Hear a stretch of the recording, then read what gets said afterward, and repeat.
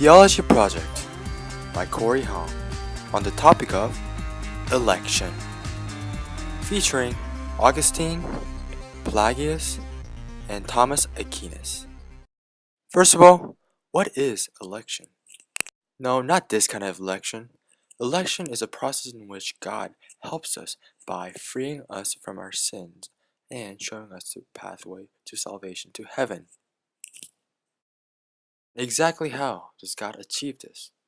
Well, simply put, the God chooses or elects certain people and sends them on a salvation to heaven, while the rest are condemned to hell. Now this is the part where the argument comes in. Many theologians had many different ideas on exactly how God chooses his people. First idea comes from Augustine of Hippo, whose ideas were very influential to Western Christianity and philosophy. According to him, election is completely random and unpredictable, and there is absolutely nothing we as human beings can do to get elected by God.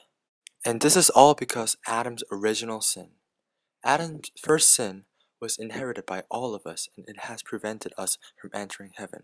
However, God will elect only a certain number of us for a chance to reach salvation.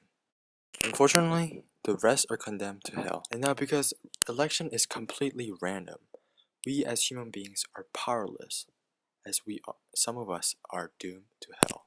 And because God knew all things, he knew who would live to deserve salvation and who would not. And Augustine claimed that this way of election was done to make a point of God's grace, mercy, and justice. The next idea comes from Pelagius, who strongly opposed Augustine. He believed that the human beings had the power to be elected and did not have to depend on God. He opposed the idea that Adam's original sin were inherited to us. He believed that the human beings by themselves were capable of choosing between good and evil. So he basically saw it as a system of karma, that election will come to those who do good and follow the gospel.